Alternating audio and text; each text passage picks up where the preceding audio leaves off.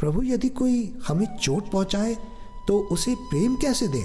प्रेम का अर्थ ये नहीं कि तुम अन्याय को सहन करो। प्रेम का अर्थ है अपने हृदय में नफरत ना पालो। न्याय करो पर द्वेष मत रखो, यही सच्चा मार्ग है। धन जीवन का एक साधन है, उद्देश्य नहीं। धन का उपयोग धर्म के लिए करो पर धर्म को धन के लिए मत बेचो। जो व्यक्ति धन कमाए पर मन को ना खोए, वही सच्चा धनी है। प्रभु क्या धन बुरा है? नहीं, धन बुरा नहीं। धन का अहंकार बुरा है। धन तो साधन है, अहंकार बंधन। धन से सेवा करो तो वो पुण्य बन जाता है, धन पे गर्व करो तो वो पाप बन जाता है।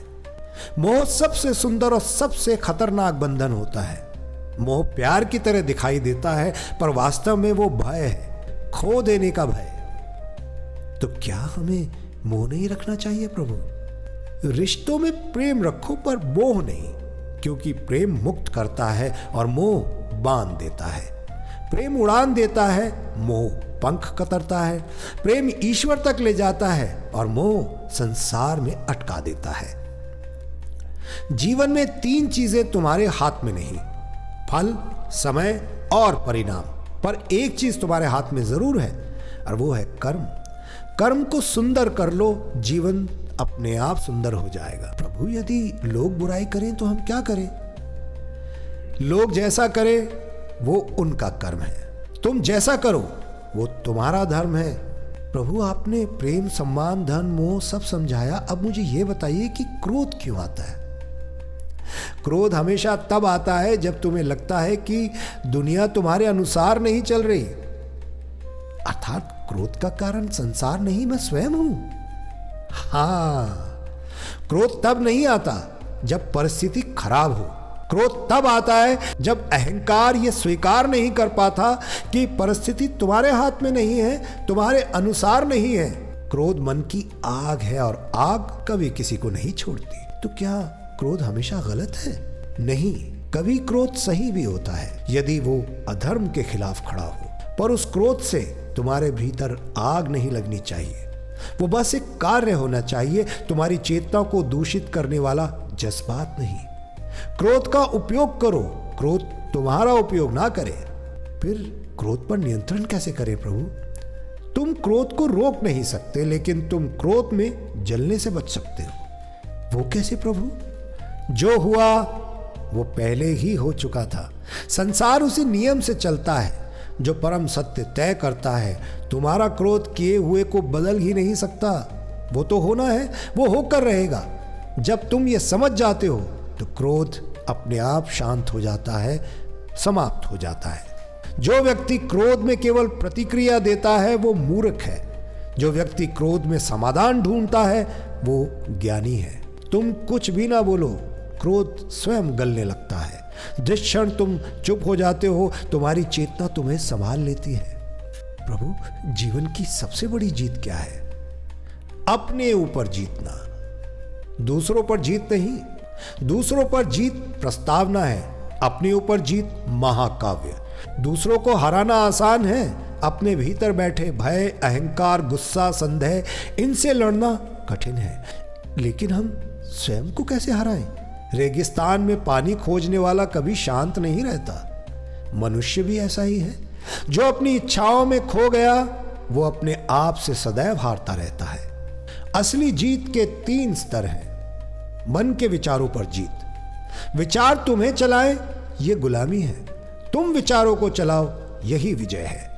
अपनी इच्छाओं पर जीत। इच्छाओं को वश में करने वाला राजा होता है, इच्छाओं में डूबने वाला दास। अपने भय पर जीत। जिसने भय को जीत लिया वो मृत्यु को भी जीत लेता है। भय ही मनुष्य को छोटा रखता है, कर्म नहीं। प्रभु, क्या ये जीत हर कोई पा सकता है? हां, बिल्कुल, पर केवल वही जो अपने भीतर से लड़ने का साहस रखता हो। मनुष्य की 3 गलतियां उसे बार बार पीड़ा देती है। कौन सी प्रभु? जो व्यक्ति हर पल दूसरों की सोच में जीता है वो अपना जीवन खो देता है। दूसरों की राय तुम्हारा सत्य नहीं है, तुम्हारा कर्म तुम्हारा सत्य है। भविष्य का भय वर्तमान की शक्ति छीन लेता है। जो होगा वो तभी होगा जब होने का समय आएगा जो निर्धारित है। डर वर्तमान को मानता है, डर वर्तमान को मारता है, ज्ञान वर्तमान को जागृत करता है। तुम अतीत को उठाए घूमते रहते हो और फिर कहते हो कि जीवन भारी हो गया। अतीत तो एक पाठ था, स्थान नहीं। उसे समझो, पर खुद को वही कैद मत कर लो। मनुष्य तो स्वतंत्र पैदा होता है, लेकिन विचार उसे कैद कर लेते हैं। वो कैसे प्रभु? क्योंकि वो वही मान लेता है जो दुनिया उसे कहती है। यदि कोई कह दे कि तुम असफल हो तो वो मान लेता है वो असफल है। यदि कोई कह दे कि तुम कमजोर हो तो वो मान लेता है कि वो कमजोर है। और सबसे बड़ी भूल, यदि कोई कह दे कि तुम साधारण हो तो वो खुद को साधारण मान लेता है।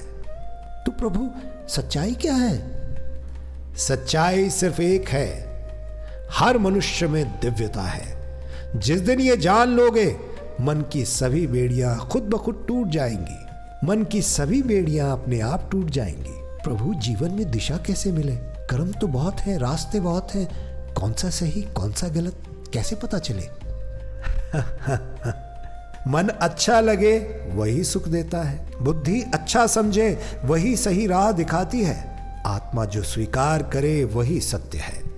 अहंकार बहुत आवाज करता है, आत्मा कभी शोर नहीं करती। जब तुम भीतर से शांत हो जाओ और फिर कोई उत्तर उभरे, वही ईश्वर का संकेत होता है। प्रभु संसार में सबसे कठिन क्या है? संसार में सबसे कठिन है सत्य को पहचानना। क्या सत्य इतना कठिन है प्रभु? सत्य कठिन नहीं, उसके आड़ में खड़ी तुम्हारी इच्छाएं कठिन है। सत्य तो सामने होता है पर तुम उसे देख नहीं पाते, क्योंकि वो तुम्हें बदलने को कहता है। प्रभु सत्य को कैसे पहचाना जाए? सत्य की पहचान के 3 संकेत हैं।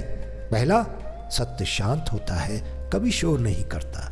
दूसरा, सत्य बदलता नहीं, वो हर परिस्थिति में हमेशा समान रहता है। और तीसरा, सत्य तुम्हें मुक्त करता है, वो कभी भी तुम्हें नहीं बांधता। सत्य समुद्र की तरह है, लहरें बदलती हैं पर गहराई नहीं। प्रभु लोग कहते हैं कि सम्मान सबसे महत्वपूर्ण है, पर सम्मान मिलता कैसे है? सम्मान मांगा नहीं जाता, कमाया जाता है। और सम्मान की जड़ें अंदर होती हैं, बाहर नहीं। पर कुछ लोग तो बिना गुण के भी सम्मान पा लेते हैं प्रभु। वो सम्मान सम्मान नहीं है, वो भय है, पद है, परिस्थिति है। सच्चा सम्मान केवल चरित्र से आता है। सम्मान के 4 स्तंभ हैं: स्वभाव की विनम्रता, शब्दों की शुद्धता, व्यवहार में ईमानदारी और कर्म में निरंतरता। जो व्यक्ति इन चारों को साध लेता है, सम्मान उसके पीछे चल देता है। प्रभु मेरे जीवन में बहुत से निर्णय आते हैं, कैसे पता चले कि कौन सा सही? निर्णय का सही होना परिणाम से नहीं, तुम्हारी नीयत से तय होता है। पर यदि नीयत सही है तो परिणाम गलत कैसे? तब भी वो निर्णय पवित्र है। ईश्वर नीयत देखता है, संसार परिणाम देखता है। इसलिए निर्णय करते समय ईश्वर की ओर देखो, संसार की ओर नहीं। निर्णय के 3 दीपक हैं: शांत मन, निर्लिप्त बुद्धि, सही उद्देश्य।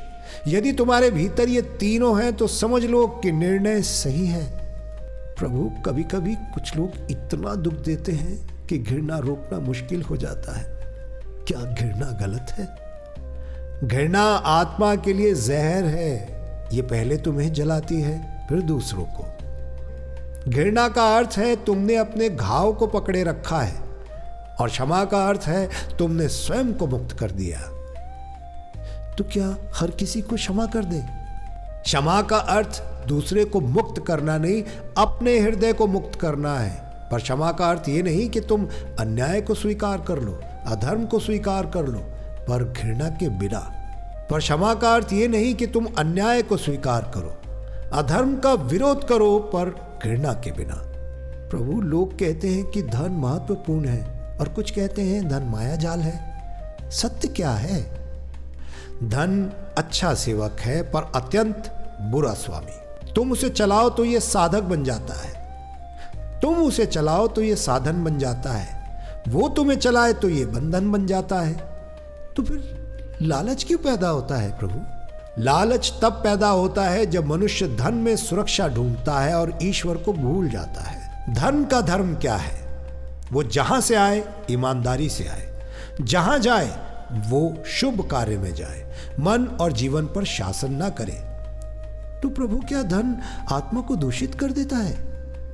नहीं, अहंकार दूषित करता है, धन तो उसे और बढ़ा देता है। तो प्रभु प्रेम को स्थायी कैसे रखा जाए? प्रेम को पकड़ने से वो टूटता है, प्रेम बह देने से बढ़ जाता है। तो प्रेम टूट क्यों जाता है? क्योंकि मनुष्य प्रेम को स्वामित्व समझ लेता है। तुम मेरे हो, ये प्रेम नहीं, ये बंधन है। प्रेम कहता है तुम स्वयं हो और मैं तुम्हें उसी रूप में स्वीकार करूंगा।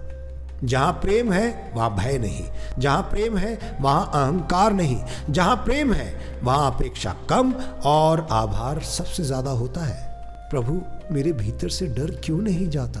क्योंकि तुम स्वयं को शरीर मानते हो। जिस दिन तुम आत्मा को आत्मा मान लोगे, भय अपने आप निकल जाएगा। आत्मा को कैसे महसूस करें प्रभु? जब तुम शांत होकर भीतर देखते हो तो आवाज उठती है, वो तुम्हारा सच्चा स्वरूप है। वो कभी भयभीत नहीं होता। भय को जीतने का एकमात्र मार्ग सत्य को स्वीकार करना है। प्रभु कर्म योग का सार क्या है? कर्म करो परंतु फल को मत पकड़ो। जब तुम फल पकड़ते हो, कर्म दास्ता बन जाता है। फल छोड़ देते हो तो वो पूजा बन जाता है। प्रभु फल छोड़ना इतना कठिन क्यों है? क्योंकि तुम परिणाम को अपनी पहचान बना लेते हो। जब पहचान ईश्वर में रखोगे, फल स्वयं छूट जाएगा। प्रभु शांति कैसे मिलती है? कहाँ मिलती है? शांति कहीं बाहर नहीं, शांति वही है जहां तुम ईश्वर को याद करते हो। क्या ध्यान से शांति मिलती है प्रभु? हां, पर ध्यान केवल बैठने का नाम नहीं। ध्यान तो तब होता है जब तुम्हारा मन तुम्हारे वर्तमान में उतर जाता है। शांति का सूत्र है स्वीकार करो, छोड़ दो और ईश्वर पर भरोसा रखो। हे साधक, जीवन में 3 बातें कभी ना भूलना।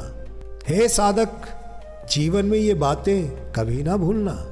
ईश्वर तुम्हारे माध्यम से कुछ करना चाहता है, उसे खोजो। अंदर का भय, क्रोध, संशय, इनसे मुक्त हो जाओ। बाकी सभी संबंध परिस्थितियों पर टिके हैं, लेकिन ईश्वर का संबंध तुम्हारी आत्मा पर टिका है। जब तुम प्रेम, सत्य और कर्म के मार्ग पर चलोगे तो मैं सदैव तुम्हारे साथ रहूंगा। प्रभु क्या आप सच में मेरा साथ देंगे? जहां सत्य होगा मैं स्वयं वहां नजर आऊंगा। जहां प्रेम है मैं वहां हूं, जहां धर्म है मैं वहां हूं और जहां तुम हो मैं वही हूं।